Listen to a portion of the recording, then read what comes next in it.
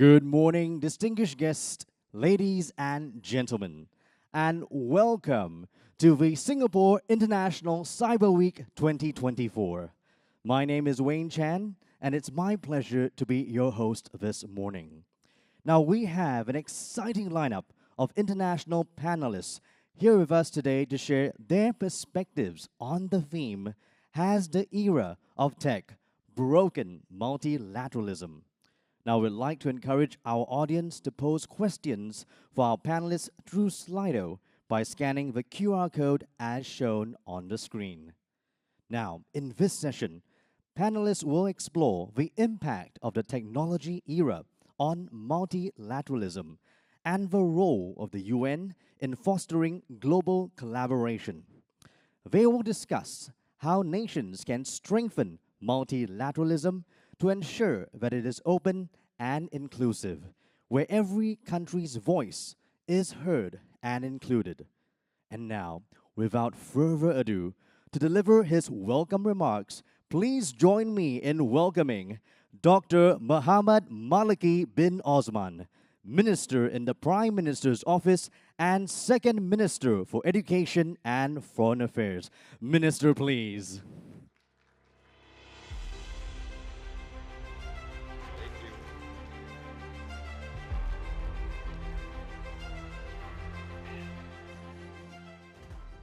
Excellencies, distinguished guests, very good morning. It is my pleasure to deliver these opening remarks for this high-level plenary session on diplomacy at the Singapore International Cyber Week this morning. The key to tackling these emerging issues lies in The breakneck speed of technological advancement has indeed transformed our lives in very unthinkable ways. It has also brought significant challenges to not only how nations regulate digital technology, but also the way in which the multilateral system that has to adapt to increases and to address these issues. The key to tackling these emerging issues lies in strengthening the future-proofing the multilateral rules-based system, not retreating from it. The challenges we face in the digital realm are inherently transboundary in nature, and therefore, global cooperation is necessary. No single nation can effectively address issues like cybersecurity, cybercrime, or disinformation on its own. So effectively, we have to work together. That answers the question. Multilateralism is alive and must continue to be there.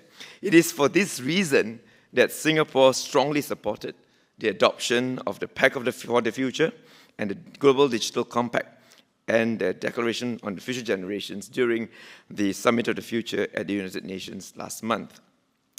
These agreements are critical building blocks for a stronger, a future-ready multilateral system. The adoption of the Global Digital Compact is significant as it provides us with an agreed international framework in unlocking the transformative potential of digital technologies whilst mitigating the risks.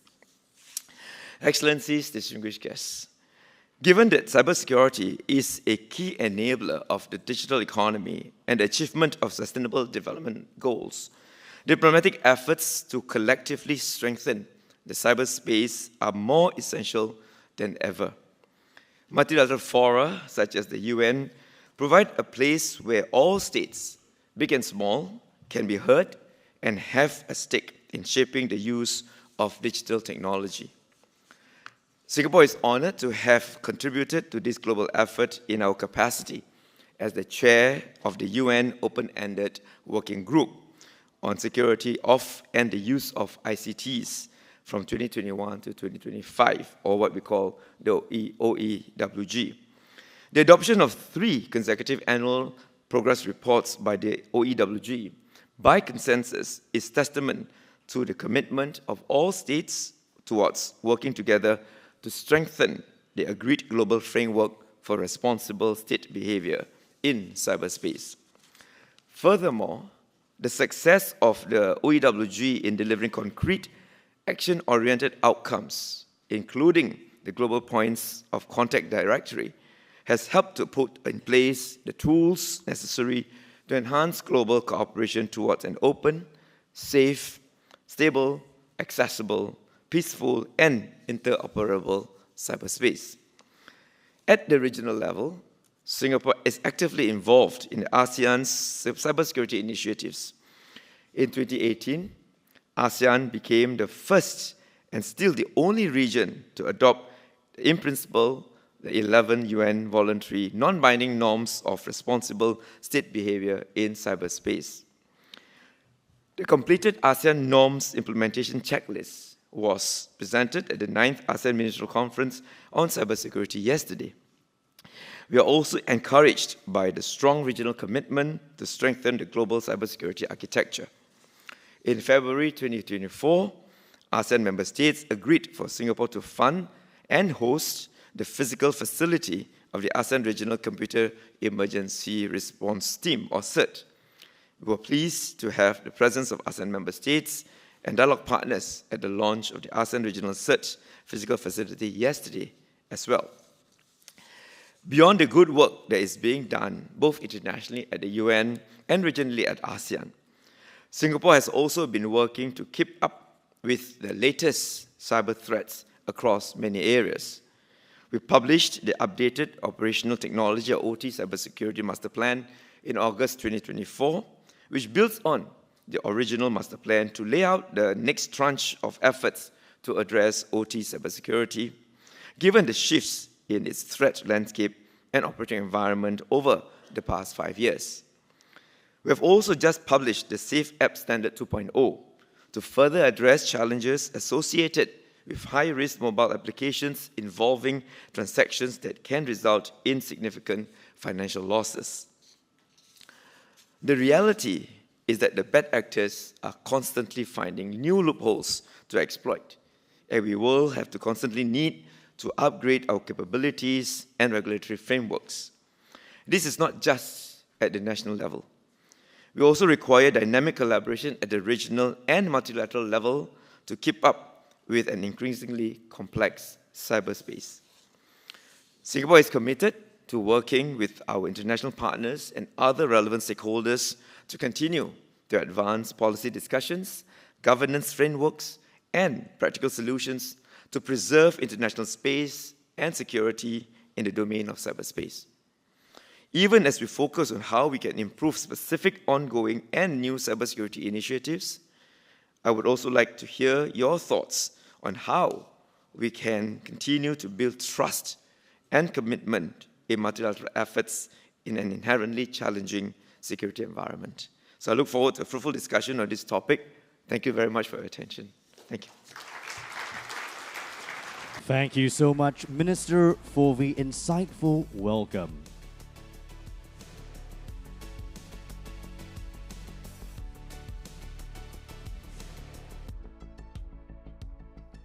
And next, we would like to invite Mr. Nathaniel Fick, Ambassador at Large for the Bureau of Cyberspace and Digital Policy, to deliver his keynote speech for the panel. Mr. Nathaniel Fick, please.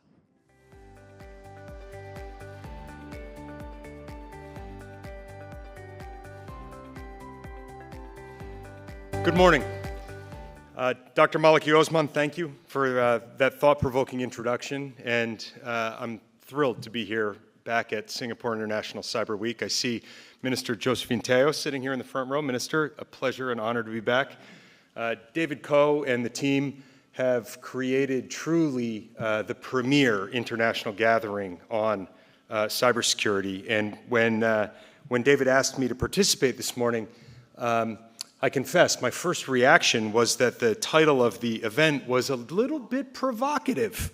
Has tech ended the era of multilateralism? But ultimately, having honest conversations about questions like these is exactly why we're all here. So we will have a panel discussion. I pledged to keep my comments brief, but I wanted to share 3 general observations on that question before we go into the broader discussion. And the first general observation is a little bit historical. It is simply the fact that in our system in the United States, in our foreign ministry, the State Department, we decided to set up the role that I now currently occupy in order to integrate and elevate our approach to technology issues in our foreign policy.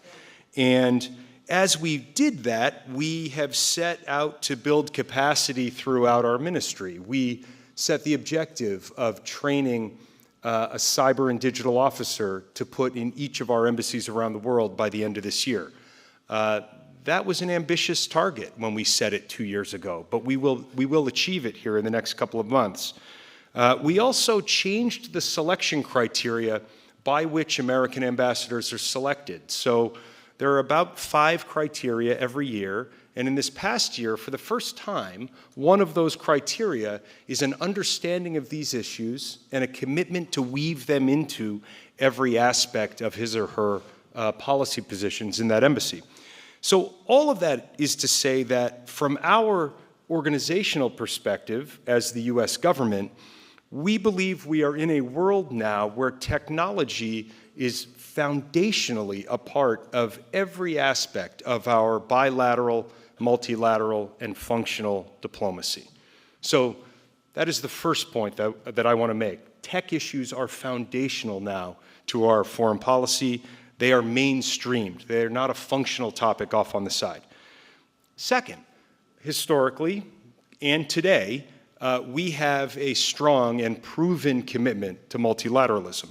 From 20 years of ground game diplomacy to develop and implement the framework for responsible state behavior in cyberspace, to work more recently on the GDC. We heard much about that just now from Dr. Maliki Osman, to most recently the United States tabling and then helping drive to consensus adoption a resolution on AI in the UN General Assembly, and then in minilateral or regional organizations. I've just arrived in Singapore from a G7 meeting on tech issues in Italy, or the work we do in the G20, the work with the ASEAN digital ministerial track, the OECD and the Global Partnership on AI. The list goes on.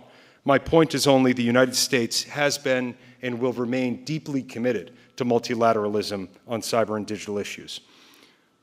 And this is the third observation, tech is indeed changing the game. And we are entering now into a world where we have companies that sometimes seem to have the resources and the global reach of state actors. They have a degree of influence in how business is done or how diplomacy is practiced. Think about all of our reliances as governments, as businesses, on cloud services. From an operational standpoint, from a security standpoint, think about the fact that 97% of global internet traffic travels through undersea cables, cables which are manufactured by private businesses and that are laid and owned and maintained by private businesses. Think about the transformational impact of AI frontier models in every aspect of our economies and increasingly every aspect of our lives as citizens. This stark global reliance on high-end semiconductors and the realization over the last several years that that global supply chain has a very small number of key choke points that matter to all of us.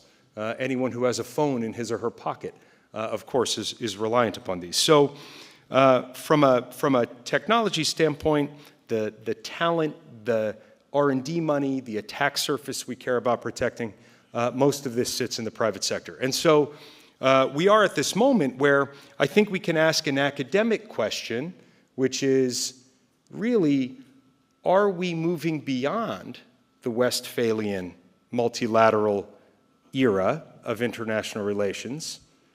I think the answer to that is no. Or are we faced with a moment when we must reform the Westphalian model, update the Westphalian model, account for a different set of actors that now are on the global stage? And again, we are all living through this transition together in real time. My view, the view of the organization I represent, is very much that we are now in a position where we need to update and ensure that the Westphalian model is fit for purpose in the era of global technology. So when we crafted and released the U.S. International Strategy for Cyberspace and Digital Policy just a few months ago, we very deliberately made the orienting principle of that document the concept of digital solidarity, the idea that all of us, that is states that share similar values in the role of technology in people's lives, and companies, civil society organizations, governments, truly embracing a multi-stakeholder model and recognizing that sound policy in these areas is going to require input and participation from everyone. So the challenge then is making sure that we have multilateral institutions that are fit for purpose, that are capable of being relevant in an era when tech has so much influence. That requires work within the multilateral system, of course. It also requires a significant amount of capacity building all around the world. Everything that I described at the beginning, the training that we're doing, the selection criteria for ambassadors, that's capacity building. It's just capacity building that we're doing inside our own institutions. We all need partners who are both willing and able to work in this era of updated, modernized Westphalian multilateralism. All of that stands in stark contrast, of course, to some governments in the world that are pursuing a very different course, that do still believe in a highly centralized, top-down, state-led model that is inherently not multi-stakeholder, that is not bottom-up, that is not grassroots, that does not account for the interests, the desires, the will, the dreams of individual people, and their hopes for what technology can do for them. That model views tech as a way to strengthen state control. So there are different models in the world right now that are grappling with what this next phase looks like. So I would offer all of that just as a bit of a reflection on perhaps where we find ourselves at a time when we are all trying to update, modernize, and ensure that this multilateral system in which we've all invested so much for so long, making sure that we're investing in ensuring that it's relevant and that it safeguards the rights of our citizens for the years ahead. So thank you for the opportunity to share a few reflections from the position of the United States. I look forward to the discussion. Thank you.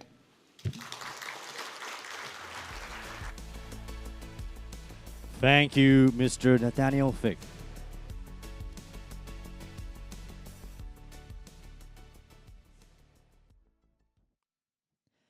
And now, while we are waiting for the stage to be ready, let me share with you some background about the Singapore International Cyber Week. Now, organized by the Cybersecurity Agency of Singapore, or CSA, the Singapore International Cyber Week is Asia Pacific's most established cybersecurity event. Now, CSA is Singapore's national authority for cybersecurity and plays a pivotal role in Singapore's smart nation and digital economy ambitions. Now, the theme of this year's SICW is Trust and Security in the Digital Era. Now, as we approach this last day of SICW, we will continue our discussions on the impact of digital developments on the global multilateral order and how security can be developed to enable trust in the digital and cyberspace. Truly looking forward for a very, very exciting and insightful discussion ahead.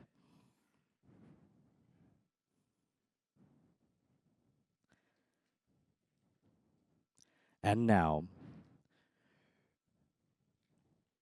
without further ado, I'm going to be inviting our panelists for this morning, who have taken the time to be with us here today for this exciting discussion.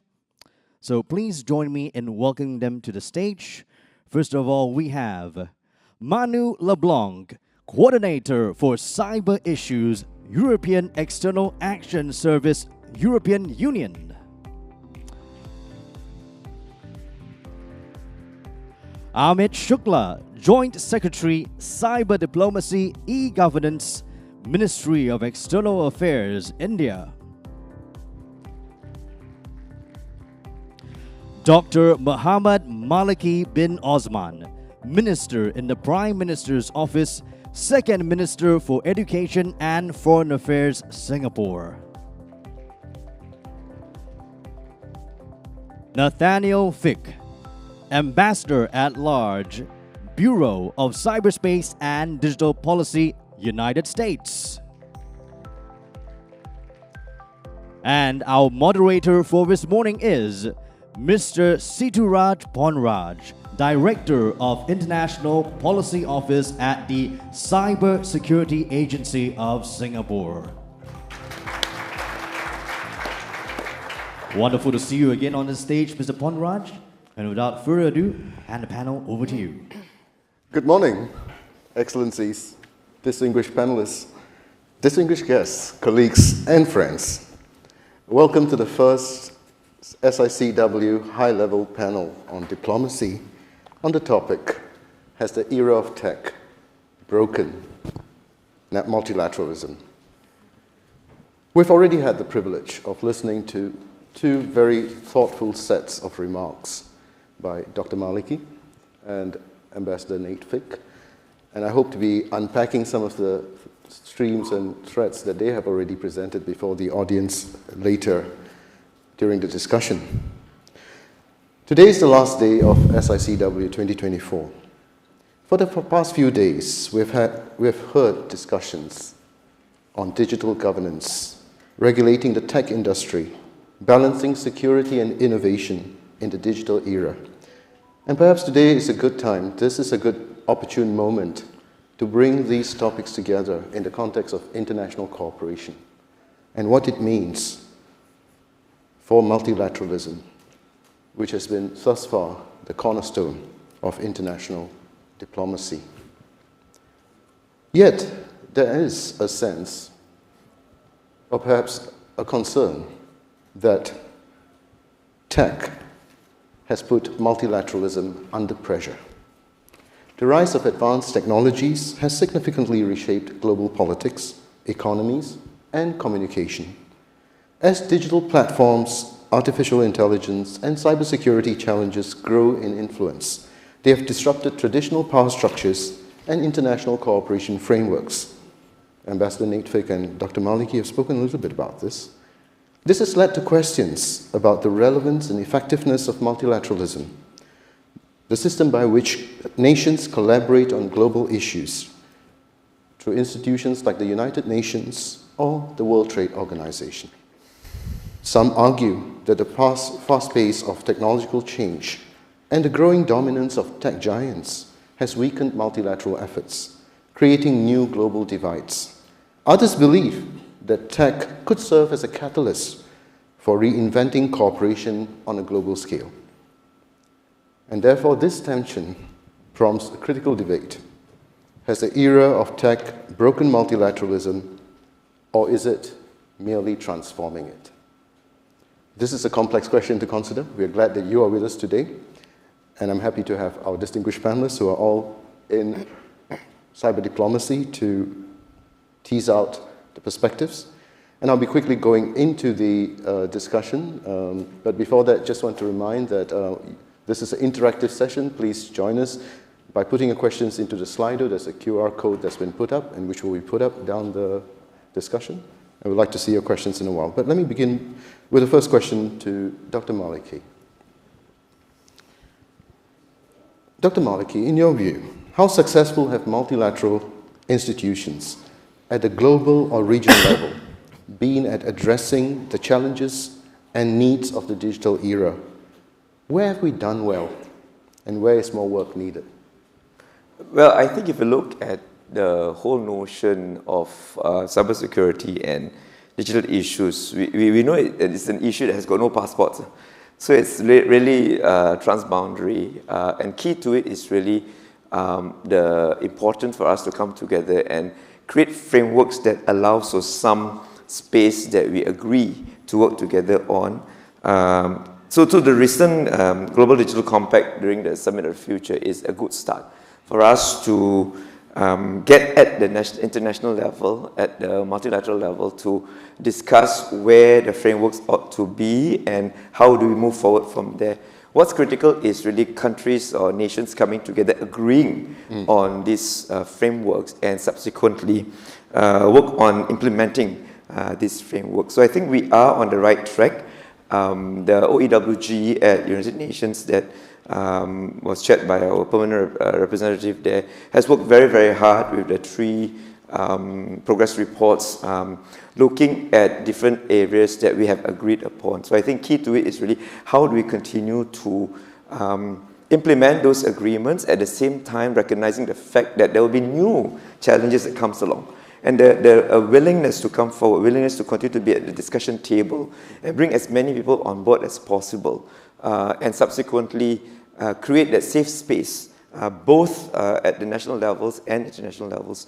The second aspect I wanted to just highlight is also that nations are at different stages in their development, and the cyber threat continues, cybersecurity issues continues to affect different countries at different levels, and therefore we ought to continue to also, we're going to talk about capacity building a bit later on, how important it is for nations to work together to help one another, to be able to bring everyone forward and kind of like reduce the digital divide.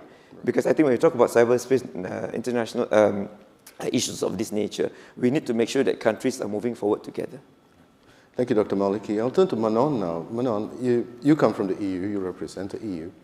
And taking the lead from Dr. Maliki's remarks that there is a genuine desire to work together and capacity building and closing the digital divide is important. How do you see from your EU perspective? Has multilateralism been effective and has it worked? I mean, thank you very much for having me. And I can completely agree that it is not a question or whether it has worked, but it should work. We cannot let it not work because multilateralism is in that sense us. We are multilateralism. We are the United Nations. And 27 EU member states are the United Nations. And therefore, it's not the question whether it's broken, but how it is changing and what are we doing to change it for the better? What is our contribution? And there I think we should keep in mind that we are all changing ourselves as well. We are changing, and with that, our discussion at the UN or at other fora are changing because of geopolitical or regional dynamics, changing because of the topics we discuss, tech being brought to the agenda, which changes the way we discuss, but also the issues that we address, but also our societies change in that sense. And that's something that we can see also in the EU. You know, we're, in that sense, a small organization that has similar functions. We bring together 27 member states to discuss issues with different capacities, with all their unique cultures. People might think that EU, everyone is the same, but Denmark is not Spain, Estonia is not Italy, you know. So we have to bring our colleagues from EU member states together as well. And there is actually a point which is very important that Dr. Maliki just made. It's about that willingness.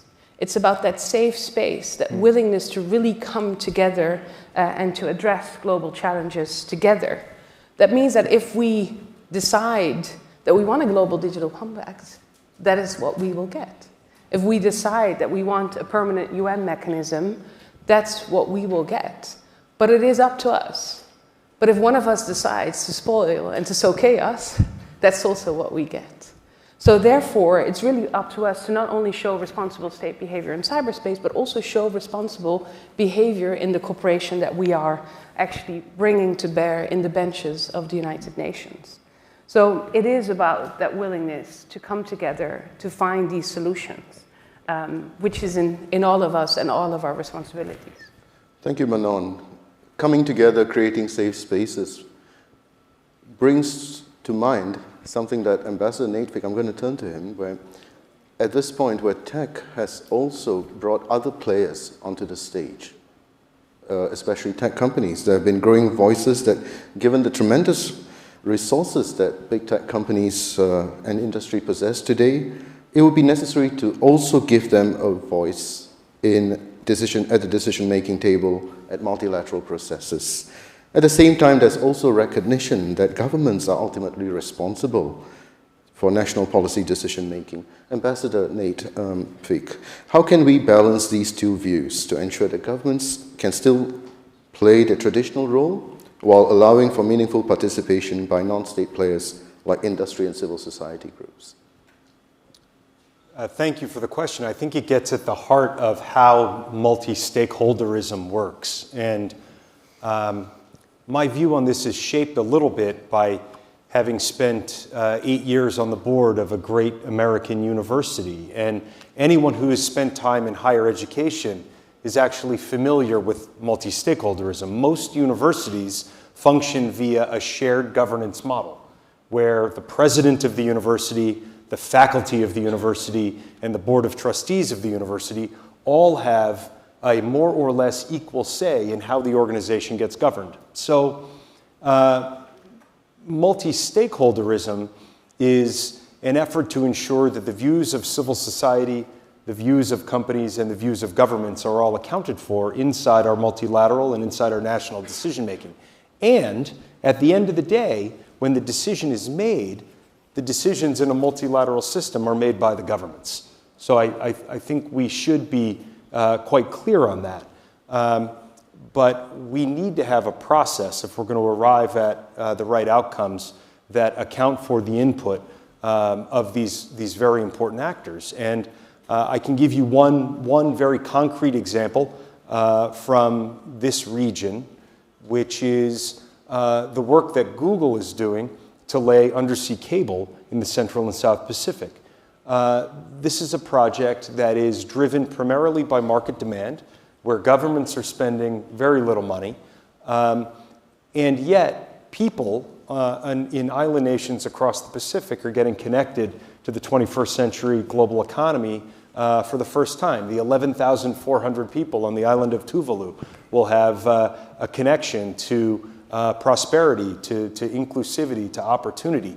That's an incredibly powerful and positive contribution by quote-unquote big tech. And so I think that we need to be deliberate about ensuring that these voices get included, and also recognizing that the ultimate decisions in these multilateral bodies will be made by governments.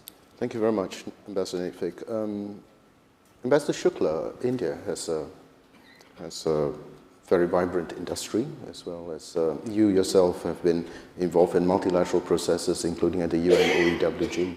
What is your take on this? How do you balance the voices of tech with the responsibilities of the state in policy making? Thank you, Sitraj. Yeah. Let me begin by congratulating Singapore for organizing this wonderful conference, impressive conference, and of course organizing this event and giving us the opportunity. Coming back to your question, let me take you all a few years back. If you remember the times of the pandemic, we were all locked in our homes, and there was a lot of usage of these digital technologies. People were communicating, video conferences, meetings, and then social media also got a sort of a boost at that time. People started interacting, forming groups, regional groups, subject-wise groups, or climate-related groups, and those kind of things. It really showed the potential of these technologies, how these technologies have over last few decades transformed, they have transcended our society, and they have made the traditional, what we call the traditional concept of borders, irrelevant. These technologies have connected the world today. They have transcended the societies, the continents. They are in everybody's lives. And to a large extent, we are relying on them for communication, for business, for design, for research and development, and for entertainment. At the same time, during the same pandemic, if you see the nation states, the countries, they were imposing very severe restrictions on movement of people, on crossing of borders. The quarantine, those kind of restrictions were there, which actually brings into highlight the role of the sovereign countries, the nation states. So this pandemic actually highlighted this delicate balance that we have today between these technologies that transcend the societies, transcend the countries, transcend the generations, transcend the continents, and at the same time there are governments which are responsible to regulate these things. But then the world moved on. Digital commerce, e-commerce kept on growing. Communication technologies are improving. There are better means of communication today.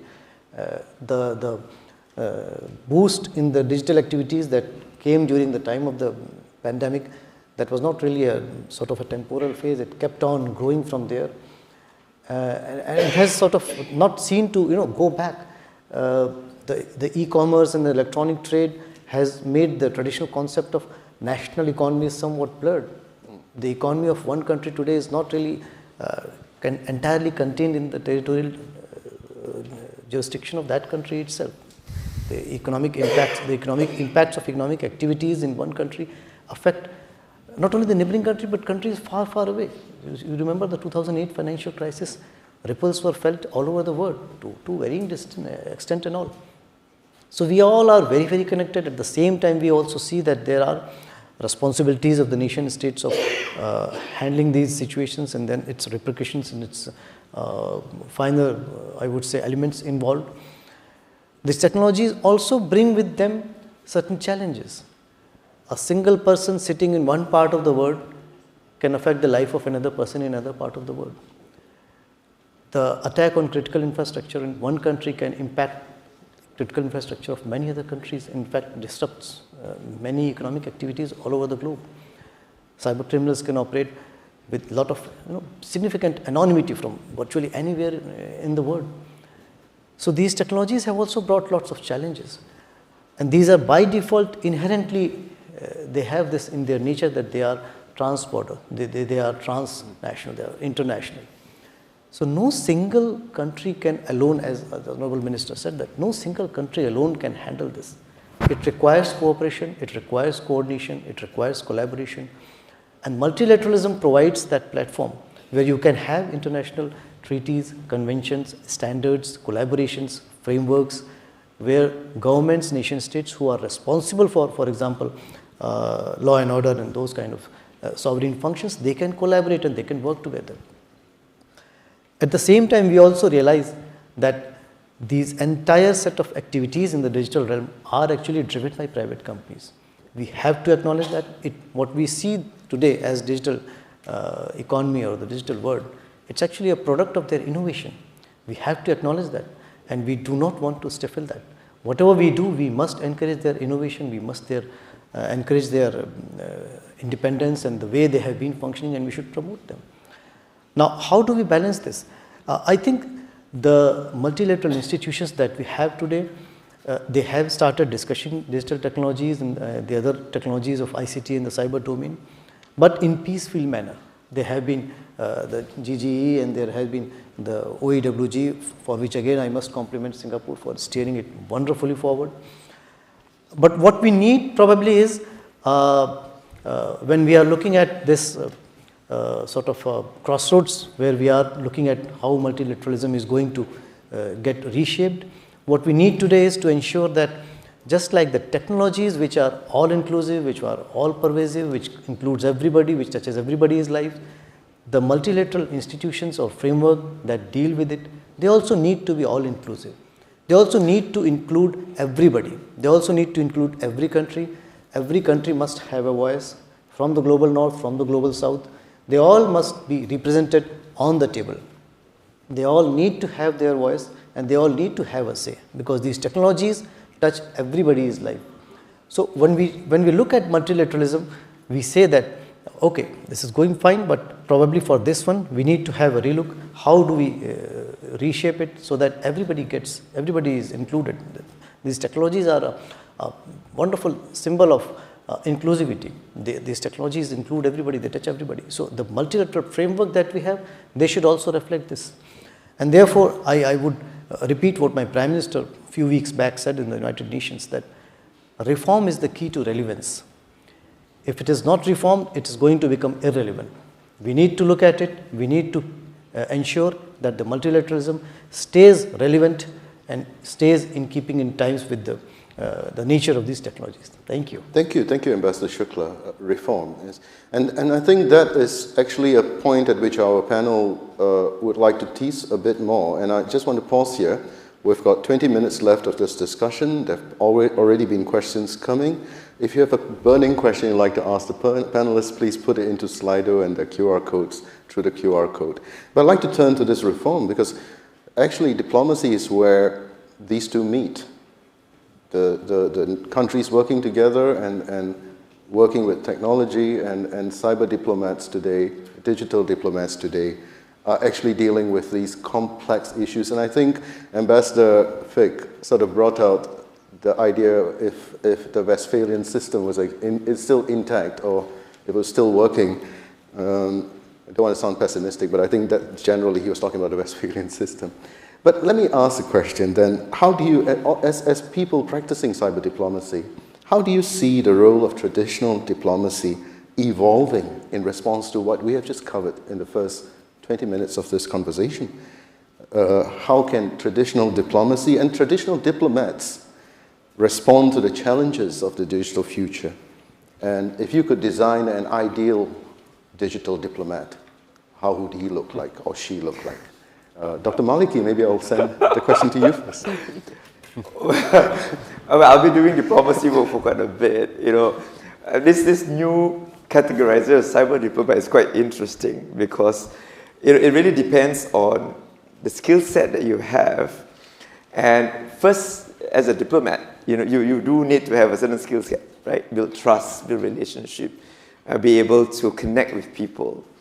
But your domain knowledge may not be as deep in the cyberspace, for example. So therefore, you need to level up your capacity and capabilities to do so. Similarly, someone who is super cyber and have got deep knowledge in tech and cybersecurity may not have the right skill set to negotiate. You do need certain skill set to be able to negotiate. So I think it's where both capabilities come in. But you can't tell whether someone has both, but it's useful for two persons to come together. And so when we talk about coming into this space, it's really where that synergy between evolving issues. Previously, it's just a diplomat is one who goes around and continues to have a capacity to build, to bring the discussions to something that is negotiated, and we come to a conclusion. And when you look at diplomats' work, they work overnight, right? When you go to the UN, you go to multilateral forums, they work overnight just to decide on one word or just decide on one phrase that everybody can agree on, right? But that's something that the cybersecurity tech people will probably also have to learn as they go along negotiating, because at the end of the day, we do want a situation where we reach a space where countries can agree on. Countries agree bilaterally, multilaterally, regionally. So what's critical really is the ability to understand that we need to work together. Different people have different skill set, different domain knowledge. What's important is we agree on where we want to be. This is a very new emerging space. Last 5-10 years, it's just dramatically brought us from one place to other regions. And I think I spoke earlier, it's also about when we talk about diplomacy and multilateral forum, it's a recognition that there are many states at different phases. Right. And therefore we need to be able to bring along all states together, big or small, because they need to be at that table, their voices need to be heard. We do want their population to also be digitally ready, because otherwise if you do not bridge that digital gap, then we will have difficulties bringing the whole world together in the space that we want to make work for everyone. Thank you, Dr. Maliki. I'll turn to Manon. I just want to ask you the same question. What's the EU secret sauce for digital diplomacy?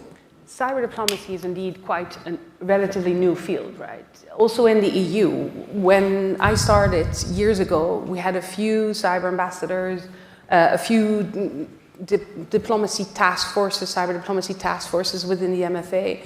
By now, also due to internal capacity building, every member state has a cyber ambassador. Every member state has a unit in their Ministry of Foreign Affairs dealing with these type of issues.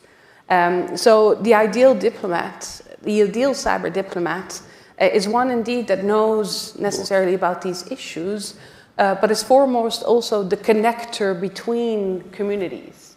and is the connector that is able to mainstream cyber within foreign policy, but also mainstream foreign policy into cyber.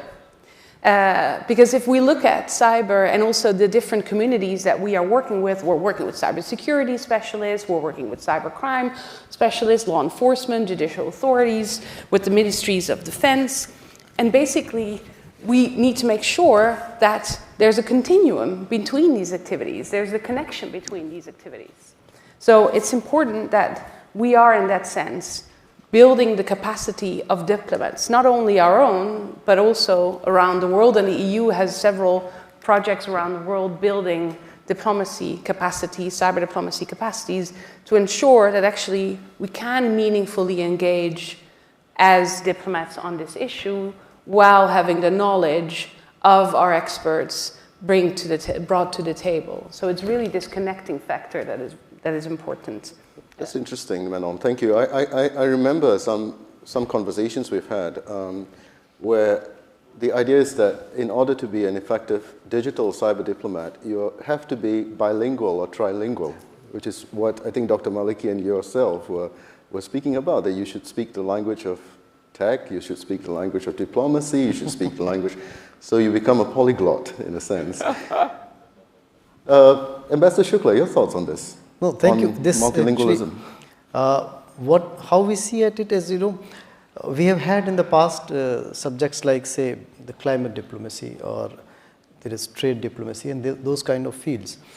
If you look at the various sectors, what we find is that the commonality is that, which is the core job of a diplomat, is to, as Honorable Minister was saying, to find commonalities, common grounds, find solutions, see what are the interests of various countries, what is the interest of my country, what are the implications of a particular sector or technology if we are talking about, if we are talking about climate change or cyber technologies, what is its implication for my country, what is its implication for the economy and the skills and the job creation and those kind of things. So the basic skill set actually is the same. It of course requires certain specialization to understand these issues more deeply. You can't really start talking when you do not have any understanding of the subjects. But then the bottom line of it, I would say, is, as Manon LeBlanc said, I'm sorry for the pronunciation, as she said that if you want to have a GDC, you will have a GDC. So it is about what do we want. It's about, that is I would say, the base or the primary task of diplomats, to find out in the Committee of Nations with our fellow countries and our colleagues from other countries, what do we want? Find out what do they want, what do we want, what is the common ground. We immediately strike the deal on that one. On the grounds that are not common, we see, okay, what do you think you would be sort of trying to achieve from that? Okay, we want to achieve this, so maybe this will serve our job, or that will serve our job, and that's how it is. So it's, believe me, it is the same in all sectors. It is not only in cyber domain, it is in other technologies also, in other diplomatic sectors also. So more or less the core of the job is same. All you need is to have a better understanding of the implications of this technology for your country, for your other countries, for your economy, for the skills development and those aspects. Thank you very much, Ambassador Shukla. I'll just now put back to Ambassador Fake, who raised the question during your keynote. From your vantage point, what are the features of this new diplomacy and how can it work, especially for countries which are not starting on the process? From your experience, what would you say they need to do? So I think the first point to make is that we're all learning this together. We are all feeling our way through a dark room, in a sense. Every ministry, all of us in this field, we're all trying to figure this out, and there's a lot to learn from each other. I think the core task of diplomacy at its foundation is the avoidance of war. If you look at international relations over a long period of time. And part of that is exactly what we've heard here on this stage, finding common ground, building consensus, finding shared approaches and ways forward that are good for the greatest number of people. What's different in this technology diplomacy is that the other actors are not all governments, what we've been talking about here. So that's where you get this translation function and the need to be able to have the dialogue with government partners, but also with companies and also with civil society organizations. And fundamentally, I would say a challenge that we face in our system is that sometimes diplomats, people who have experience as diplomats but are new to the technology side, are intimidated by it. And will even say things like, my granddaughter shows me how to use my iPad, right? We need to fight against that. We're not trying to build a generation of data scientists and software engineers inside our foreign ministries. We need diplomats, and we need the skills of diplomats and the networks of diplomats and the institutional knowledge of diplomats, and we need them to point that ability at these issues. And so to that end, some degree of technical knowledge is helpful, but trust me, that can be learned. One more aspect I would mention is it's useful to have some commercial sensibility, some sense of how companies operate, what a real functional public-private partnership can look like. But really, foundationally, we need diplomats, and we need our people not to be intimidated by this work.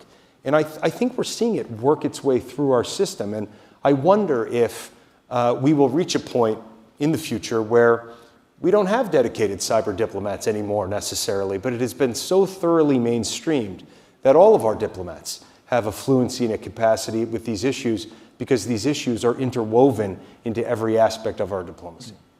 Thank you very much, Ambassador Fick. We've got lots of questions. We've got 10 minutes, and I'd like to sort of bring some of the common themes and the questions together. One of the questions that we've had is that technology often creates serious development gaps between countries, and small and developing countries often struggle to keep up with the fast pace of technology. How can multilateral platforms and the international community help these countries build capacities and try to close this gap? Shall I ask Dr. Maliki for his Well, thoughts? I think, as I've mentioned earlier, it's important for us to support and help countries who may lack resources to come forward. So, for example, in Singapore, we've always had our Singapore Cooperation Program, a program where we support developing countries with different capacity building efforts. And this is really in response to our own early years benefiting from the goodwill of many developed countries when we started out. And so in this space, for example, we have been working under the capacity of, under the rubric of the Forum of Small States, which we started, a group of states where instead of about 20 countries, now we're about 160 countries, where in the cyberspace alone, we have got a new program we call the Force for Good, the Force Forum of Small States. And really part of it is really a program that we offer. It's called the Digital Leadership Governance in Age of Digital Technologies and Artificial Intelligence. Just one example of the kind of capacity building effort that we do provide. And I'm very sure many countries, the EU, many other regions are giving similar support to different countries. And I think the basic fundamental value behind that is that we recognize that we need to support, and all of us must move forward together. Because it's only when countries succeed that we all succeed together. From Singapore's perspective, we always see that the success of countries that we work with is our success too. Because it's only when countries do well and countries work and our partners work and do well, we can do well together with them. So I think we can have that perspective. Bilaterally, multilaterally, we should try to create opportunities where we can level up as many as possible, because we do want to take advantage of digital capabilities in trade, in commerce, and that's really where we want to help countries to level up their abilities too. So I think the ability to provide opportunities for countries to take advantage of training opportunities is critical. And for countries who are able to provide it, I would encourage us to continue to do that.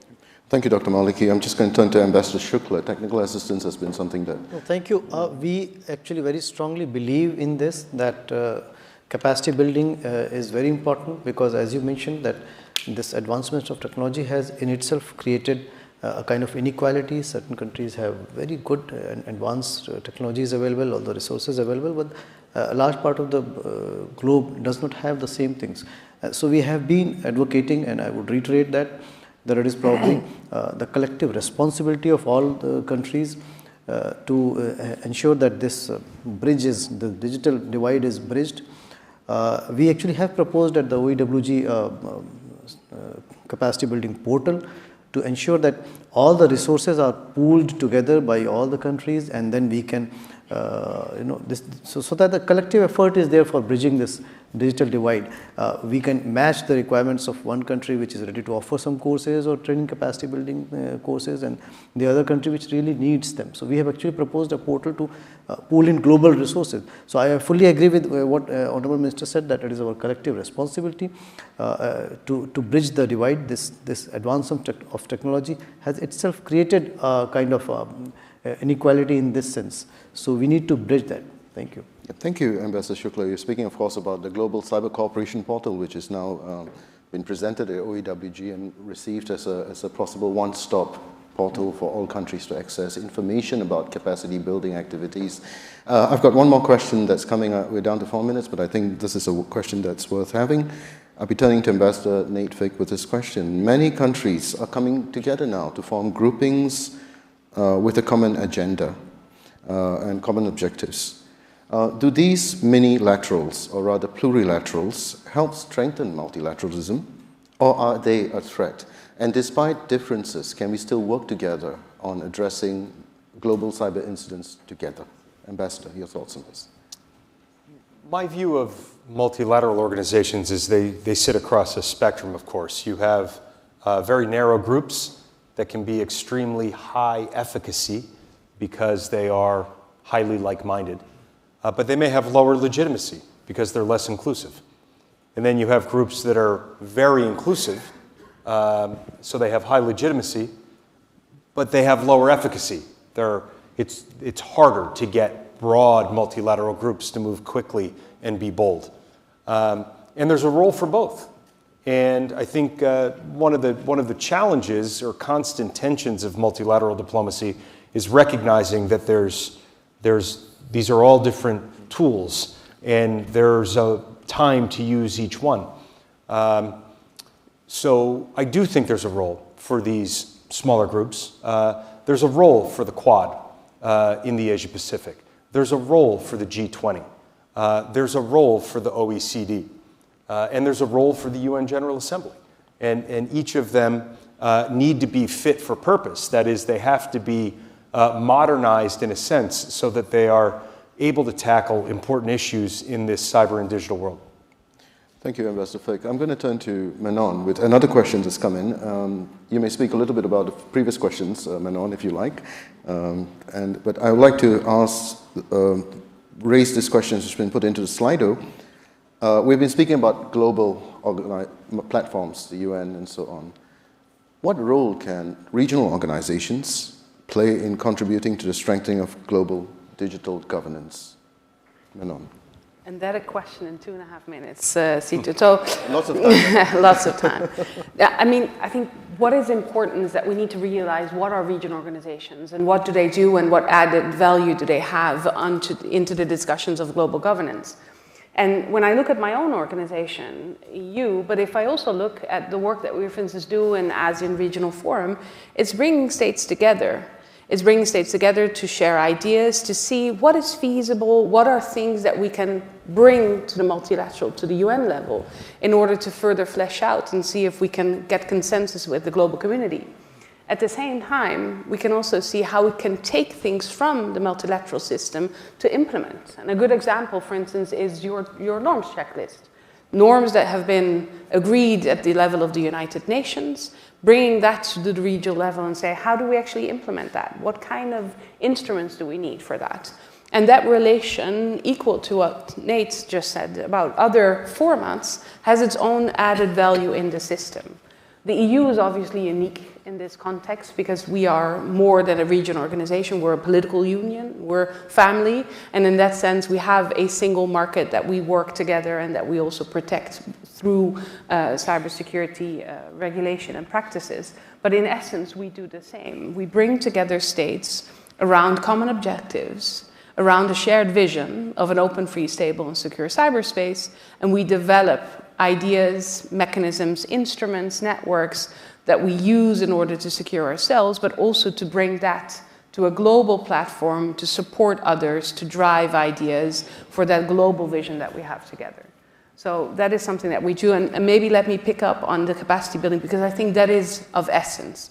In the end, if we want to do this together, we all need to close that gap of capacity building. And that can be happening through long-term capacity building projects, but it also happens through the engagement. By coming together in the United Nations, by discussing there what is necessary to protect my critical infrastructure, what is necessary to respond to incidents, what needs do I then have at the national level, and how can these be addressed through these activities, but also by knowledge sharing, by peer-to-peer learning. So I think it's a combination of a number of activities that in the end will close that gap and that will at the same time bring us onto that common objective that we have for cyberspace. Thank you, Manon. Well said. And that's the last question, and we are right at the end of our time. But just to sum up in 3 lines, if we started this session with the question of, has the era of tech broken multilateralism? We've got people from the trenches, as it were, telling us it's not broken multilateralism. If diplomacy is about initiating dialogue, if it's about finding common ground, if it's about building consensus, then diplomacy in the tech era is alive and well. And it all boils down to being able to speak to each other and having a dialogue. And indeed, that's what SICW is about also. And we've been privileged to have our distinguished panelists join us this morning for a dialogue, and all of you joining us at SICW. And may this dialogue continue. Thank you very much. Thank you, panelists. Your contributions have truly enriched our discussion and provided our audience with a deeper understanding on the impact of the technology era on multilateralism. We are genuinely thankful for your time and the wealth of knowledge you have shared with us. Now, our next session on advancing rules, norms, and standards in cyberspace, the way forward, will take place immediately after this panel. So please hold on tight as we will be beginning very, very shortly.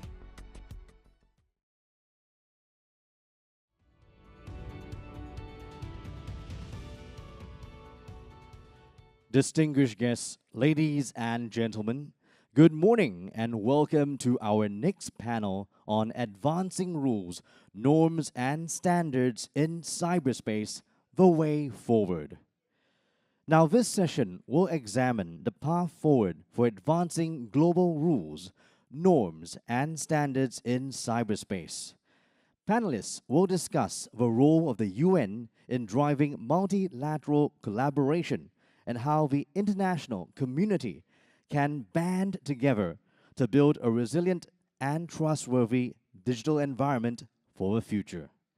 Without further ado, to deliver his keynote speech, please join me in welcoming Mr. Wang Lei, Coordinator for Cyber and Digital Affairs, Ministry of Foreign Affairs, China.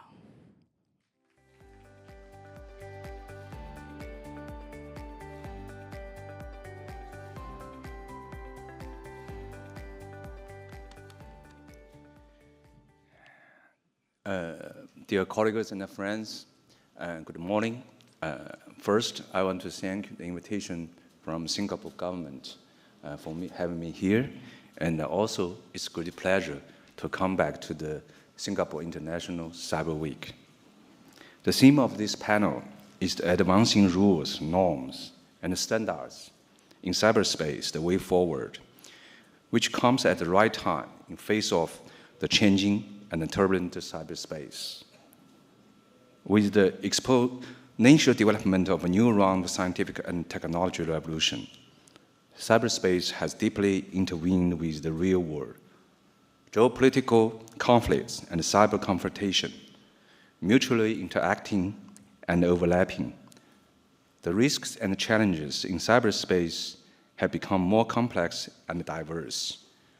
This has made it increasingly difficult for all parties to uphold the existing system of norms, rules, and principles in cyberspace, and brought more uncertainties to the way forward. We are at the critical crossroads. Before choosing way forward, we need to reflect on 3 questions about international rules in cybersecurity.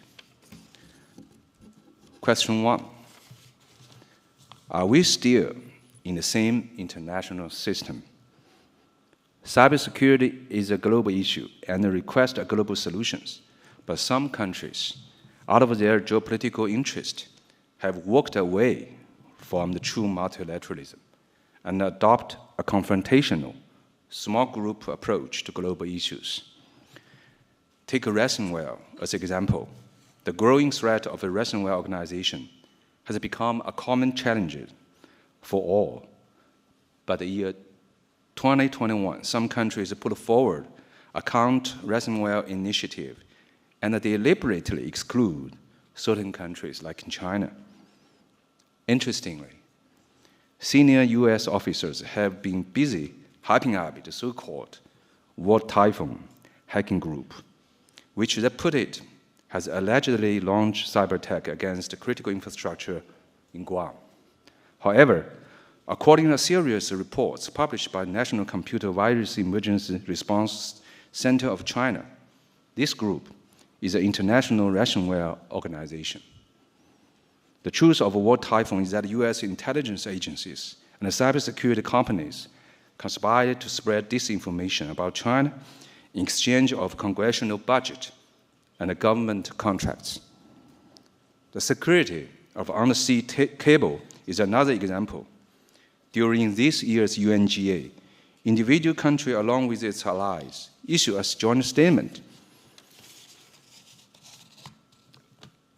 attempting to copy the unreasonable suppression of Chinese 5G companies in the past few years in digital infrastructure. We understand that this is more of a political statement, that all countries join the statement have a lack of confidence in China's ICT products. However, it must be pointed out that the initiator of this statement, which take up the largest share in the undersea cable market, is the only country proved to have conducted long-term surveillance and interception of data through undersea cables. The country that has been selling so-called clean network is the one that possesses greatest threat to global cyber and data security. Artificially divided supply chains and carefully organized small groups may ultimately lead to deeper global division. When talking about the way forward, we first need to think about these fundamental questions, that whether we are still in the same international system. Different answers will lead to completely different directions. Question 2, do we apply the same set of rules?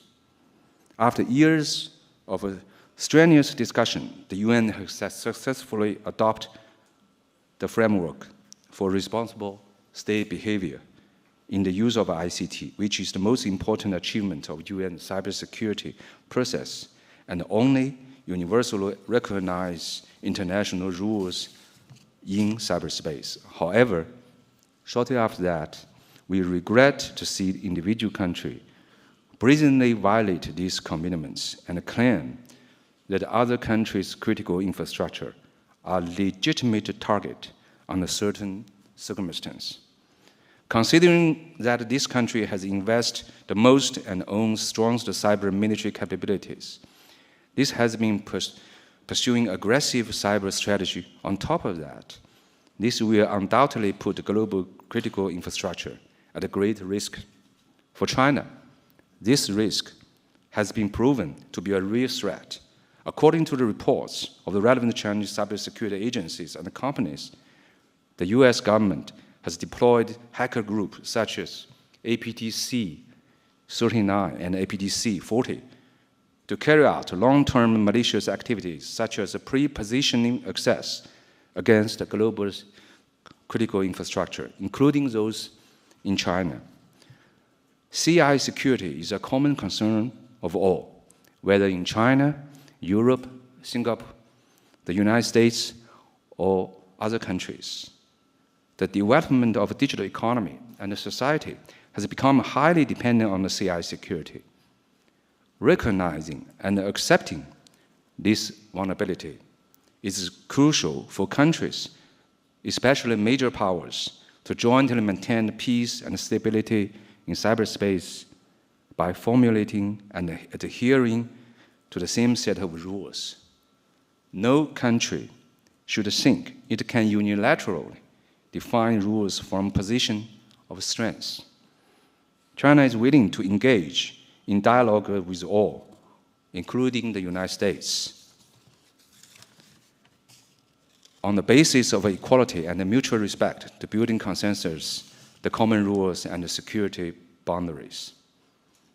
The third question, should we ensure security of digital supply chain in an open or closed market? The recent pager explosion in Lebanon has shocked the world. Although technical details are yet to be verified, such incidents that combine cyber and physical attacks that cause discriminate harm have truly broken the barrier between cyberspace and the physical world, and raise serious concern about the digital supply chain security. The explosion has refreshed our memories of what happened in the past in this region. The Stuxnet incident many years ago was a typical case of wreaking physical damage through means of ICTs. It is hard to say who is a teacher and who is student among students that carry out these operations, but it seems that the one of those countries is busy to convincing the world that a so-called clean network digital supply chain should be set up. I can also give you another example, which is about the 5G supply chain. For many years, some countries have spared no efforts in fabricating the so-called 5G supply chain security issue in an attempt to force other countries to exclude China's products and services. But over the years, we have never seen this country provide any credible evidence. It brings us to a conclusion that certain countries' furious suppression and exclusion of Chinese companies is simply because China's companies have restrained them from pre-positioning access in global supply chains. Not long ago, the CrowdStrike incidents have caused widespread damage and significant economic losses worldwide. Many industry insiders believe that if such cyber attack was intentionally carried out, the impact may be even worse. We all need to think about what responsibilities that the leading digital companies need to shoulder in maintaining global cybersecurity. When we connect these dots, countries that have initiated or been forced to join dividing and blocking supply chains should seriously evaluate their own security status, that think about these questions. Are we in a better position to ensure security of a digital supply chain in a more open market? For these three questions, I believe everyone will have your own thoughts. I'm not here planning to share you a so-called correct questions today, but our choice will collectively determine the way forward for the future rules in the cyberspace.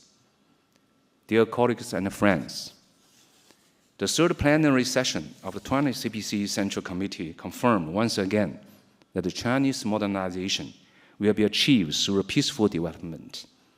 which determine the basic logic and the strategic intention of China's foreign policy. Based on this, China's answer to these three questions is clear, firm, and consistent. First, we stay committed to maintain and strengthen the existing international system. China will firmly support equal and orderly multipolar world and the universally beneficial and inclusive economic globalization, and actively participate in reform and construction of the global cyber and digital governance system. Second, we will firmly uphold to consolidate common international rules. A country cannot base its own security on the insecurity of others.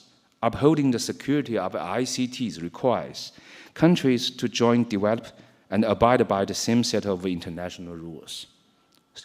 Third, we are dedicated to maintaining the safety and security of the global supply chains in an open, fair, and non-discriminatory market environment.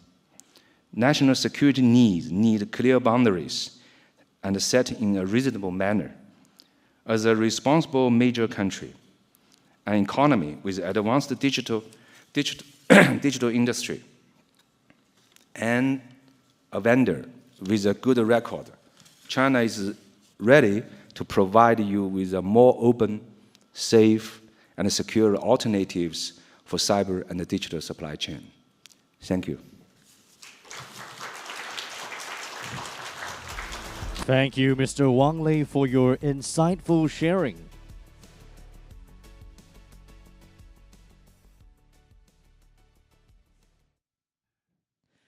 And next, let us invite our panelists on stage. First of all, we have Kelly Anderson, Director for International Cyber and Critical Technology Policy, Global Affairs Canada. And she's joined by Leona Hollon, Head of International Cyber Policy, Ministry for Europe and Foreign Affairs, France. We also have Sharifa Rashida Syed Othman, Director, Policy and International Cooperation, National Cyber Security Agency, Malaysia. We're also pleased to have Abdul Rahman El Shafi, Director of Cyber Strategies and Policies Department, National Cyber Security Agency, Qatar. We're also honored to have AVM Amon Chomchoy, Secretary General, National Cyber Security Agency, Thailand. And our moderator for this morning is Benjamin Ang, Head of Center of Excellence for National Security at the S. Rajaratnam School of International Studies. Thank you so much to all our panelists for joining us. And without further ado, I'd like to hand the time over to Mr. Ang. Thank you very much. Good morning, Excellencies, distinguished guests, distinguished visitors, and my distinguished panel. It's my pleasure here today to welcome everyone to our panel on advancing rules, norms, and standards in cyberspace, the way forward. For those of you who may have missed the first session, which is the question of, is multilateralism dead? The good news is it's not. That's why we still have this panel. Rules, norms, and standards are really important. They are even more critical today to ensure an open, secure, safe, trusted, and interoperable cyberspace. And the good news is that over the years, as we have heard, there have been many steps made in progress towards this. The United Nations Group of Governmental Experts, or UNGGE, has 11 cyber norms, norms for responsible state behavior in cyberspace, which have been adopted at the UN General Assembly. The ongoing process of the United Nations Open-Ended Working Group on Security of and in the Use of Information and Communication Technologies, which is usually abbreviated to the OEWG on cyber, which runs from 2021 to 2025 under the chairmanship of Ambassador Burhan Ghaffur of Singapore, is also going through the process of studying this framework. But yet, reaching consensus on what the framework should look like is difficult in this era of increased geopolitical rivalries and even tensions and differing national interests. And yet, this is a good opportunity here at Singapore International Cyber Week, as Minister Josephine Teo has said in her opening keynote, that sometimes it's important to have the people with different views at the meeting so that we can face the difficult questions together. And today we're going to talk about how the international community can come together to develop and uphold principles that promote peace and security in cyberspace, and the role of the multilateral institutions that were mentioned in the first panel in establishing these rules and ensuring that they are respected by all.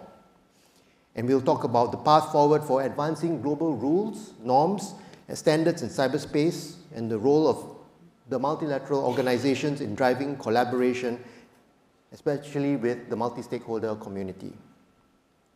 So I'd like to just warm up the panel with questions on a couple of things, and also remind the audience that there will be time for question and answers later. You can scan the QR code and a new Slido window will open up for you to pose your questions.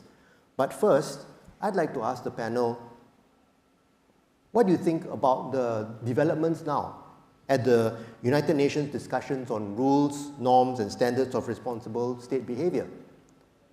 Are there any particular developments that you've seen that give you hope, a positive view? And are there any challenges that you see that we particularly need to pay attention to from your view, from where your particular national interests are? And if I could start at the end, so Kelly, over there. Thanks very much. Definitely there is a lot of space for hope. I think the fact that we agreed to an annual progress report in July is a real sign that countries recognized that our interest is in coming together, in identifying where we have made progress, but then also looking at what do we need to do to build a future mechanism in the UN and a permanent mechanism in the UN. I think we made real progress there. That said, to be quite honest, we left the hardest issues for this year. So this is going to be a critical year. And for me, one of the most critical questions that we have still to address is the role of stakeholders and bringing a multi-stakeholder perspective into a future mechanism, in Canada's view, an action-oriented mechanism that looks to build on what we have done so far, but take it a step further, allow us to have really interactive conversations on how do we go from norms implementation, from discussion of the role of international law and how international law applies to cyberspace, to take that in what we've called a virtuous circle, which would take you from there to a conversation of, have we identified any gaps? Does capacity building address those gaps? If there's still gaps after we've applied capacity building, is there more that we need to do? Are there additional work to be done on the implementation of the norms and understanding the implementation of the norms? And I'd really like to commend ASEAN for their checklist in that regard. And how do we then take that? Are there gaps in norms? Maybe after we've gone through this process, we say, okay, maybe we do need a new norm. Build that, start again, implementing the norms. So that's really where we see that action-oriented. And stakeholders have to be a critical part of that. Trying to have a conversation with only states in the room and no voices from the stakeholders simply doesn't meet the reality of the digital world. That said, they need a voice. No one is suggesting that they have a vote. Thank you so much for mentioning stakeholders as a personal bias that I have there. I'll put a pin in that. And also, thank you for talking about the future mechanism after 2025. What happens with the UN processes that are supposed to develop the rules, norms, and standards going forward? And I guess this would be a good opportunity to ask, then, do you have to share the same interest for the UN processes? Yes, well, thank you for the question.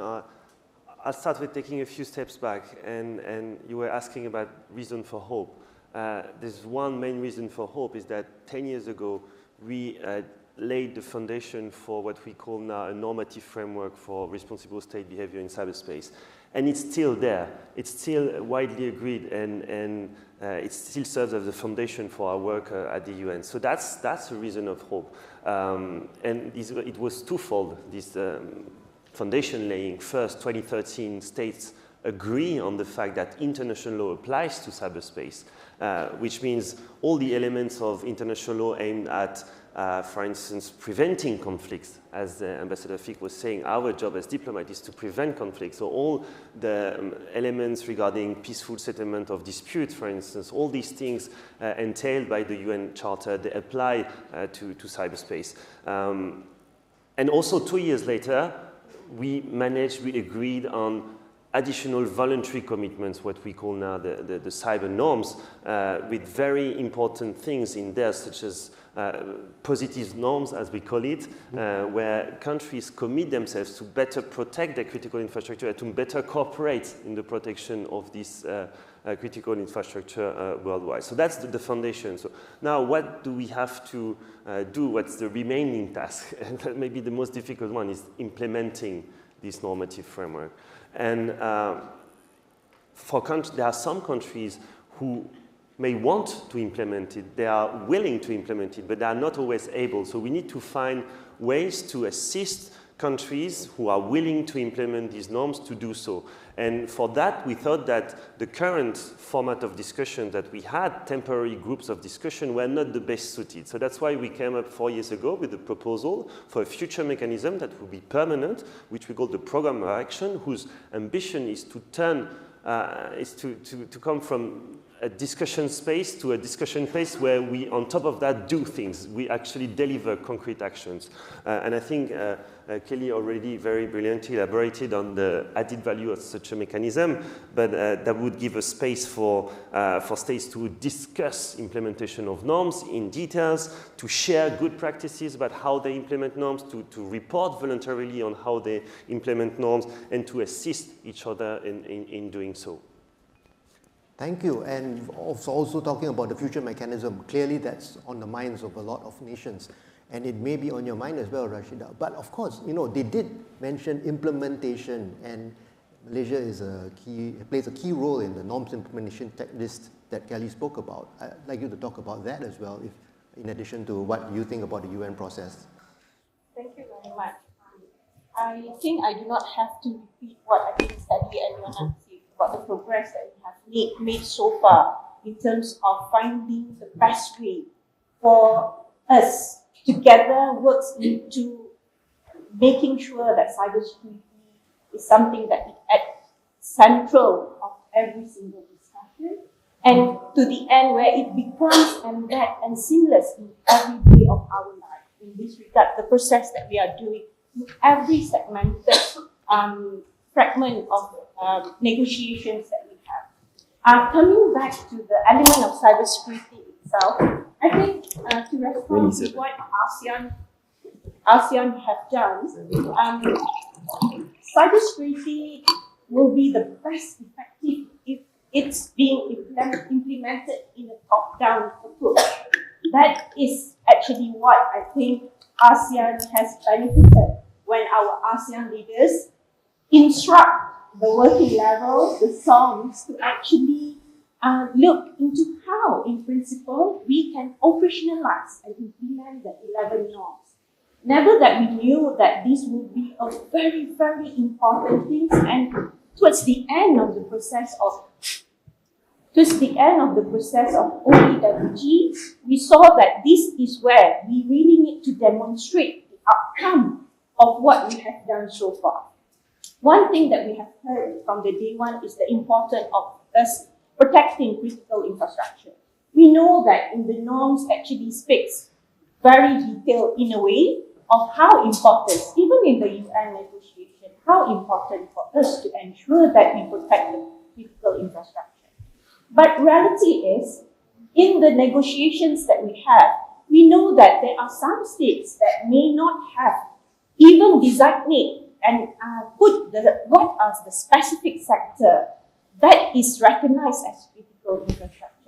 So coming back to the works that ASEAN did was we actually try our best to detail each an element in the 11 norms and take it to the local level, at domestic level, where we actually differentiate the elements of community that we have listened from the day one, even in the first panel, where the importance of diplomats to speak bi-language, or the importance of bringing the capital people who deal straight away with the industry, with other stakeholders at domestic level, and how important for you to streamline your legislation to allow you to uphold the framework or the agreement that we have had at the UN.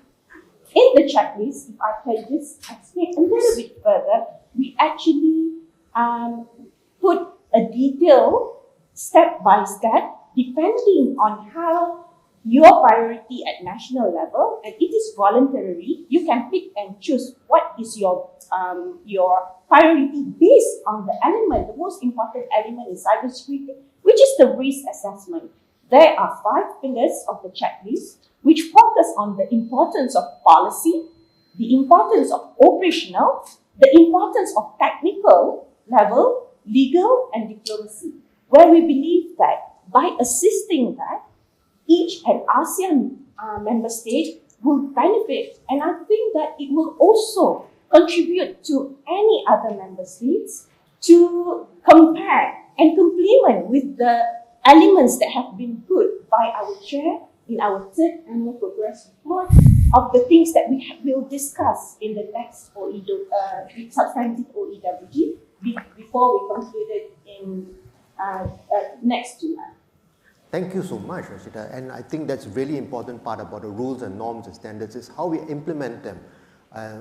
So, Mr. Abdul Rahman, very interested to know from your perspective, what you find is a positive yet a challenging ends of the UN process. So just to start, probably first I would like to thank Singapore for inviting me to participate in the Singapore International Cyber Week. It's been my pleasure to participate. Secondly, getting back to your question, if we go back to the most challenging part when it comes to the OEWG, I think each one of my colleagues here in the panel had a specific thing to say, but I will elaborate more on one thing is probably the implementation part. So when it comes to the implementation part, we have been in a constant dialogue in the last 2 years and a half to try and gather momentum when it comes to the OEWG. So there has been so much effort during the past year where we have had the global high-level roundtable and capacity building last May.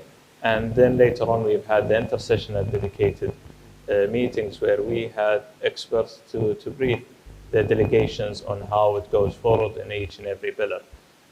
Luckily enough, I've had the pleasure to be on either sides of the table. So being part of a delegation, in the dedicated intersessional meetings, I've had the chance to brief the delegations about the rules, norms, and principles. And I have mentioned a couple of points that I'm trying to make relevant as well on my statement here, is that when it comes to the implementation, there are so many things that we need to consider. So if we have the UN 11 norms of responsible state behavior, and then we have a huge gap when it comes to the capacity and capability with different segments in different countries, then we need to make sure that we totally understand such a gap so we can take that forward when it comes to the implementation part. This is one. The most challenging part is that when it comes to having the common ground in a UN basis or in a multilateral institution, it becomes quite hard to interpret those kind of subject matter experts in the capitals into those discussions. So what we try to do is that even in the dedicated intersessional meetings is to give the chance for the technical experts, for the civil society, for the academia, so they can bring their voices in to be heard, especially when it comes to a consensus-based approach like the UN. Thank you very much. And thank you also for mentioning the multi-stakeholder process again, which of course, I very much support. And it sounds like you are not only bilingual, you have been on both sides of the discussion. So I think that's, thank you for sharing that perspective. Air Vice Marshal Amon, what about Thailand's view on the UN processes? Okay. First of all, Thailand is a very peaceful nation. So we all are supportive to have in the world that we live in. Now, in Thailand, people spend almost 7 hours online. Okay, so it's not just the physical world that we want to have the prosperity for the people, but also for the cyberspace. We hope to have a safe, secure, and trusted cyberspace for Thai citizens. And not just for Thai citizens, because for the cyber world, everyone is a world citizen. Because all the services are not only within your country, the people who use the service sometimes outside of your country as well. So we are fully supportive for the UN cyber norm. Okay. And besides the action that I explain later, that we start following the UN cyber norm, but also I would like to thank Malaysia and Singapore for providing us with the ASEAN checklist for UN cyber norm. There are many issues and aspects and many pillars that we have to develop further. Okay. But even before that, we are fully supportive to protect our CAI, and not only for the threat that will happen on our CAI. So far, we have very good cooperation between the CERT. We have 300 requests from the CERT of Germany to send out the warning about the system that reside in Thailand and attack the other country. And we saw that as a positive side for the promise of UN cyber norm. Because of those messages, the exchange of information without blaming each other, we can communicate and try to take down the system that attack the other country. And I see that's a good sign for peaceful cyberspace for the future. If we continue the effort to work together and think about the hackers as something that will attack the society, not just for the country, but the whole world, and help each other to protect, to fix the problem. It would be the goal that we have for the future, is to have safe, trusted, and secure environment. Meanwhile, providing the privacy of the people, because it's a balance between the privacy of the people and also how you control it to make it secure. Okay. So we have to work together to ensure that cybersecurity is the goal for all. It's not just for one country that to be afraid of someone that will attack, but we should work together and against the cyber criminal. That should be the goal, that we should work together. And I hope that in the future, the norm will turn into rules and regulation. But my worry is that what will be the form of sanction or punishment? If we decide to turn this norm into rules and regulation, how can we afford it? Because that would be another story, to have it as a guideline as the method that we try to follow. But if we come to the rules, we expect that it will be extremely difficult because different countries will have different goals. For us, we don't pursue the cyber offensive capability as part of our national power. But with the geopolitical issue that we see right now, many other countries might have different thoughts. So we are in the middle of everything. So for us, we have to defend ourselves from any cyber threat, domestic and foreign. But for the others, they might have different goals. that will be my worry on how to actually implement the UN cyber norms. Thank you so much for sharing that, because that's a very important perspective and also a very important part of why we have such a diverse panel for today. And F.S. Marshall, I hope you don't mind if I follow up on some of this question, because it's very positive that you shared about the bilateral cooperation between Germany and Thailand. And I wonder if your thoughts on, are there multilateral institutions that are going to be helpful in moving forward in rules and norms, whether it's ASEAN or Forum on Small States or UN? What does Thailand view of these multilateral organizations in helping this process? Right now, it must be multilateral and multi-stakeholders, okay? Because many of the cyberspace belong to the tech company, and also sometimes from the threat that we have seen, in the past, hackers have to take over some system without the owner have knowledge. But now, the cloud service provider is one of their bases of operation. Okay. And in the past, when we try to pursue the measure to fix the problem, there's always come up with the issue of privacy of the client. So it's getting harder to fix. And also, of course, the misinformation from social media platform. That's another problem. Okay. So we need to work together to bring up the volume of the voice that we need to raise by using the multilateral platform. Because if it's just one country, it might be we might not be heard. Just one country, because sometimes many of these companies they reside outside of our country. Yeah. But if we form the alliance together and raise the same voice, try to fight the same issue, we might get things done. Okay. And also another venues that we have done, at least in Thailand, it's not just about cooperation and asking nicely, but also we need to bring in the law, the threat of lawsuits, or the economy issues, like the threat to boycott their services. And if we form alliance together as ASEAN, if they don't comply to help us fix the problem, that might bring them to consensus and work with us by working together, instead of just one nation try to do it alone. Thank you for sharing that. And of course, we also know that some big tech companies are larger than some of our small states in terms of revenue versus GDP. So thank you for sharing on that. And so also I think it's a good time to dovetail the question on multi-stakeholder participation together with multilateral. Mr. Abdurrahman. Yeah, so when it comes to shared responsibility, it's one of the most basic underlying guiding principles of cybersecurity. So what do we mean of shared responsibility? So everyone has a part when it comes to the cybersecurity ecosystem, which involves whether it is the regulatory bodies or it involves the legislations, the academia, the private-public partnerships.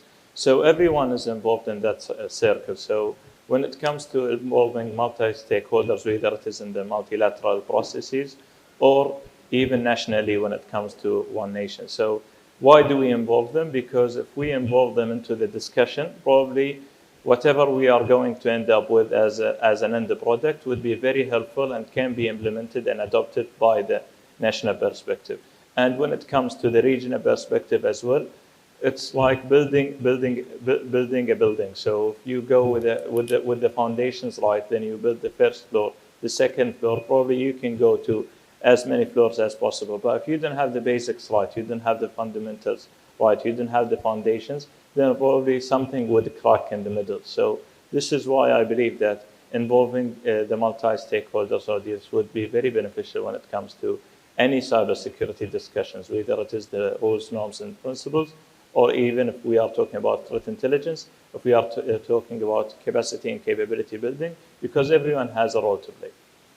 Thank you for bringing up the foundation. Yes, and definitely the level by level building up with the help of multi-stakeholders is definitely going to be very helpful. And for Rashid? If I can extend what Abdurrahman mentioned about the importance of we work together and just now we discussed about Aziz, you asked the questions to us, what do you find it now? And now we are starting to talk about the future mechanism, which I think Kelly mentioned a little bit on that, where what we want the discussions that we have to be, everyone have agreed about we need a permanent mechanism. The chair has come out in the Annex C, put up the elements that we need to discuss and conclude. But the most important thing is, whether we like it or not, we as states needs to work together with other stakeholders. If we even read each and every APR reports that is guided in the OEWG consensus APR report, each of it has the element of the stakeholders' input, and it is a reality where states needs to go back and work very closely with the stakeholder. For example, in the text, it talks about the ability to detect, to defend, to respond. I mean, any Chief Information Security Officer, any technical ICT person who works on the ground, any CERTs, knows about the NIST framework of identify, protect, detect, response, and recover. So for us to work in a seamless way, and we know that any cybersecurity attacks, the lesser dwell time that you take, the minimum, you can minimize the impact so much. So for me, I think the most important thing is we really, really work together in terms of finding for the future mechanism, where can we actually park the relevant stakeholder. In this regard, stakeholder does not just mean everyone in one place. In my personal opinion, you need to know what are the objectives that you need to take. When you talk about technical stakeholder, in cybersecurity, there are at least 10 to 13 domains that you need to solve. Yesterday, we listened, the last 2 days, about PQC. I mean, people expect I know PQC, but I don't know that. Quantum computing, post-quantum cryptography. There are technical people at academia, at industry that really, really do specific research to ensure that we can actually have a more resilient future for the last defense of encryptions that we have in terms of maintaining the integrity and confidentiality of the data. So it goes back to the things that whenever, for me, whenever that I read the third APR report, the first and the second, it always associate what next, who I should talk to, and bring that to the level, to the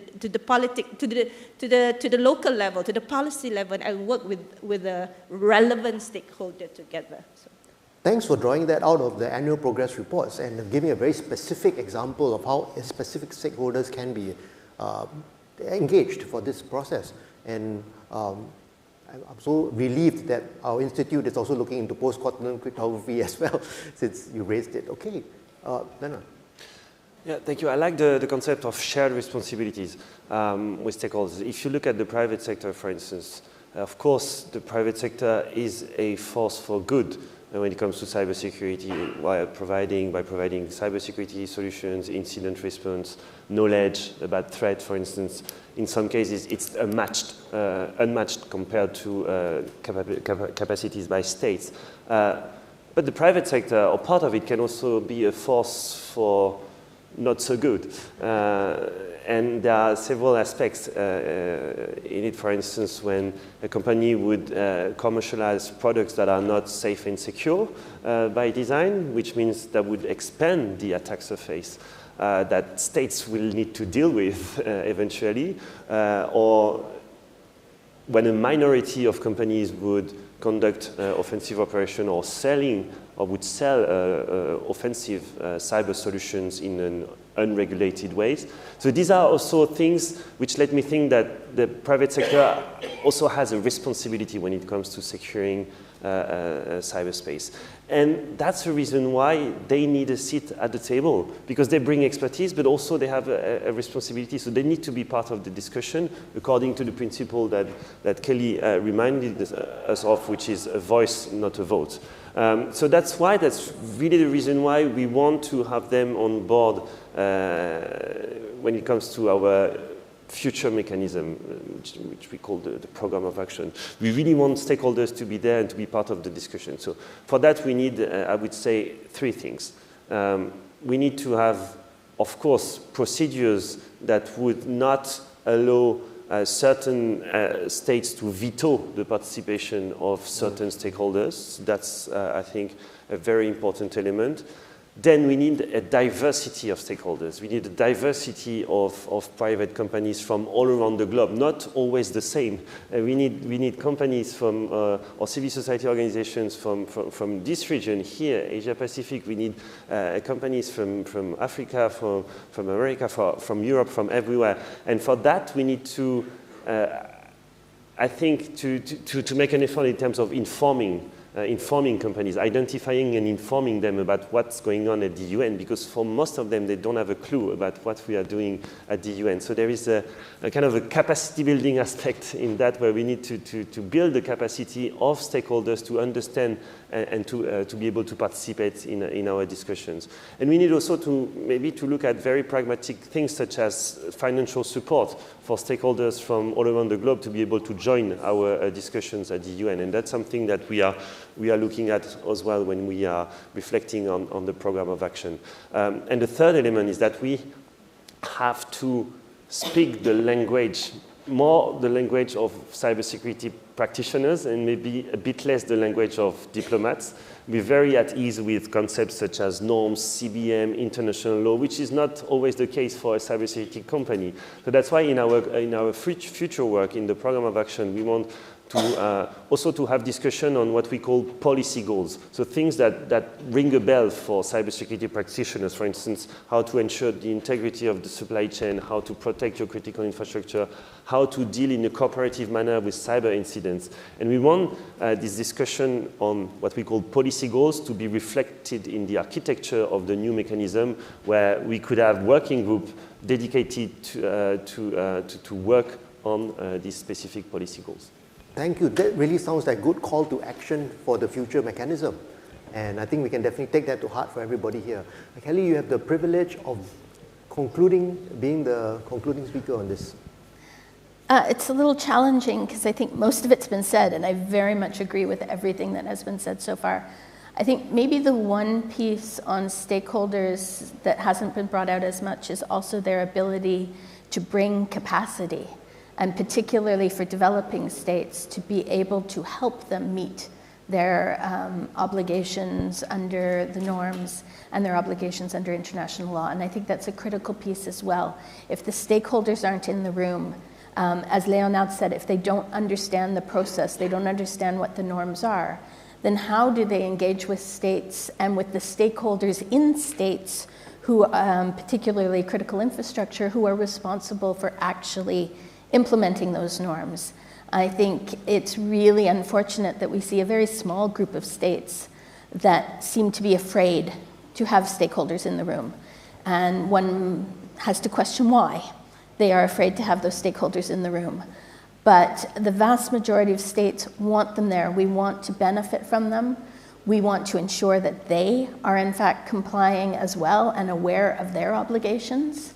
And we want to work together. And that doesn't mean that we're somehow radically changing multilateralism.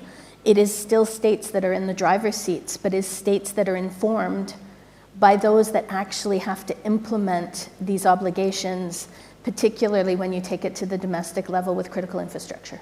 Thank you so much. And true enough, stakeholders don't want to vote, they just want to have their voice. And we're happy to contribute, and really sounds like great work streams that you've proposed out there for capacity building for all, so that we can all, as multi-stakeholder, multilateral community into the world, develop rules, norms, and standards in cyberspace for the safety and security of all. So I'd like to thank the panel for the wonderful contributions today. Thank you very much.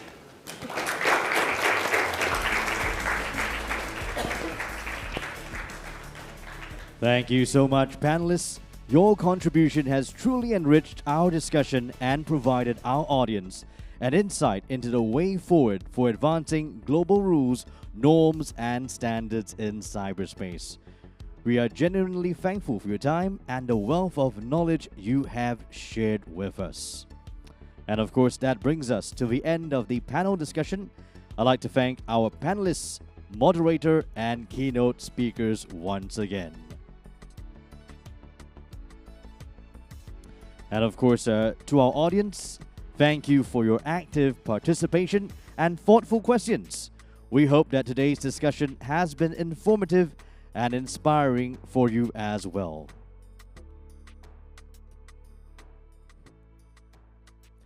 Now, do note that this session will be available on demand on the SICW website, so feel free to revisit this session at your convenience.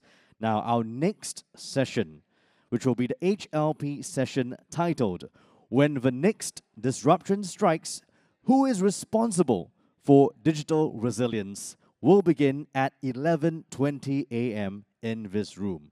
We look forward to seeing you at 11:20. That's 11:20. Thank you.